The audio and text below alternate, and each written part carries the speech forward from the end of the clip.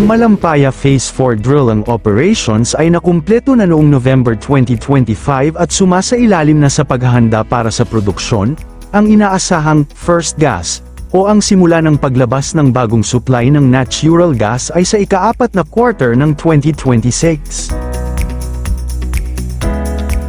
At bago natin ituloy, kung ikaw ay bago pa lang sa aking YouTube channel ay huwag kalimutan mag-subscribe at i-click na rin ang bell icon para lagi kang updated sa mga bago kong upload video. Matapos ang sunod-sunod na drilling activities noong 2025, ang pangunahing focus ngayong 2026 ay ang paghahanda para sa paglalabas ng unang supply ng gas mula sa mga bagong balon sa huling bahagi ng taon. Inaasahang magsisimulang dumaloy ang gas mula sa bagong well sa ika-4 na quarter ngayong taon. Nakatakda sa taong ito, 2026, ang pagkakabit ng mga bagong pipeline at umbilical sa lalim na 700 hanggang 1,110 metro upang ikonekta ang mga bagong balon sa kasalukuyang pasilidad.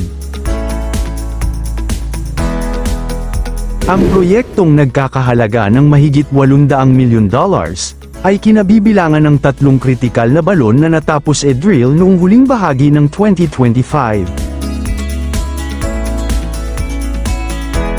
Ang matagumpay na drilling ay mahalaga upang mapunan ang bumababang supply ng gas mula sa mga lumang balon at maiwasan ang sobrang pagdedepende sa imported na liquefied natural gas, LNG. Layo ng Phase 4 na pahabain ang buhay ng Malampaya Gas Field hanggang 2034 o higit pa, sa ilalim ng Service Contract 38 na pinalawig hanggang 2039. Ang Malampaya ay patuloy na nagsusupply ng halos 20% ng pangangailangan sa kuryente ng Luzon. Ang operasyon ay pinamumunuan ng Prime Energy Resources Development BV, sa ilalim ni Enrique Razon Jr. kasama ang mga partner na UC38 LLC at ang state-run na PNOC Exploration Corporation. Ang aktwal na paghuhukay, drilling, para sa 3 bagong balon, ang Camago 3, Malampaya East 1, at bagong Pag-asawan, ay natapos na noong November 2025, ang mga operasyon na ito ay isinagawa ng Noble Viking drill ship. Ang pangunahing layunin ng proyekto ay magsimulang makapaghatid ng bagong supply ng gas pagsapit ng katapusan ng 2026. Ang tagumpay nito ay inaasahang magpapahaba sa buhay ng Malampaya Gas Field, na kasalukuyang nagbibigay ng hanggang 20% ng pangangailangan sa kuryente ng Luzon.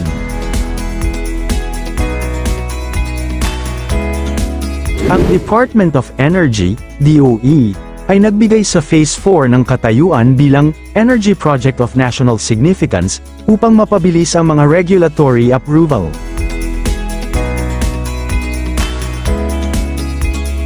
Ang proyekto ay kritikal para sa seguridad ng enerhiya ng Pilipinas, na naglalayong bawasan ang pag-asa sa imported na liquefied natural gas, LNG, at magbigay ng mas matatag at posibleng mas murang supply ng kuryente.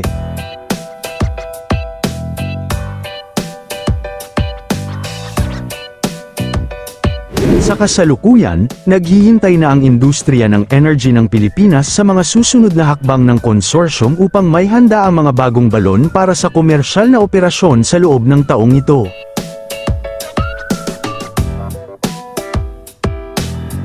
Nakahanda ang Philippine Navy na magbigay ng seguridad para sa mga exploration at drilling operation sa loob ng Exclusive Economic Zone, EEZ, upang matiyak ang kaligtasan ng mga pasilidad at tauhan.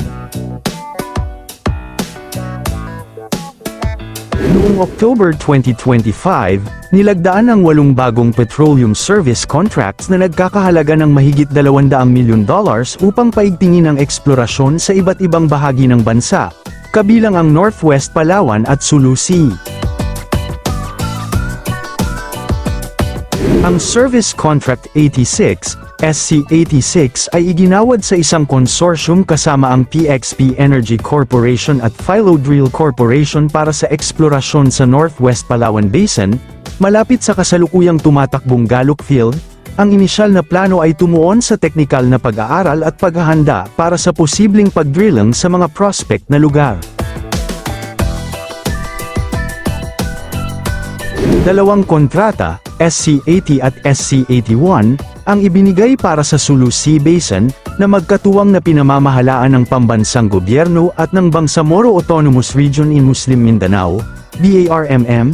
Kabilang sa konsorsyum dito ang PXP Energy at Philodrill, kasama ang internasyonal na kasosyo tulad ng Triangle Energy, Global, Limited at Sunday Energy PLC. Ang mga lugar na ito ay mayroon ng mga natukoy na gas deposits tulad ng Dabacan at Palandag. Ang mga kontratang ito ay bahagi ng estratehiya ng bansa na palakasin ang seguridad sa enerhiya at bawasan ang pagiging labis na umaasa sa imported na langis at gas. Sa kasalukuyan, nagsisimula pa lamang ang mga service contractors sa kani-kanilang work programs na sumasaklaw sa geological at geophysical studies. Walang mga balita sa kasalukuyang buwan, January 2026, na nagpapahiwatig ng agarang drilling activities, o oil extraction, sa mga partikular na bagong kontratang ito. Ang mga aktibidad ay nakatuon pa rin sa paghahanda. Ang Department of Energy, DOE, ay binigyan ng sapat na budget para sa 2026 upang ituloy ang paghahanap ng indigenous energy resources, bilang bahagi ng estratehiya para sa energy security ng bansa.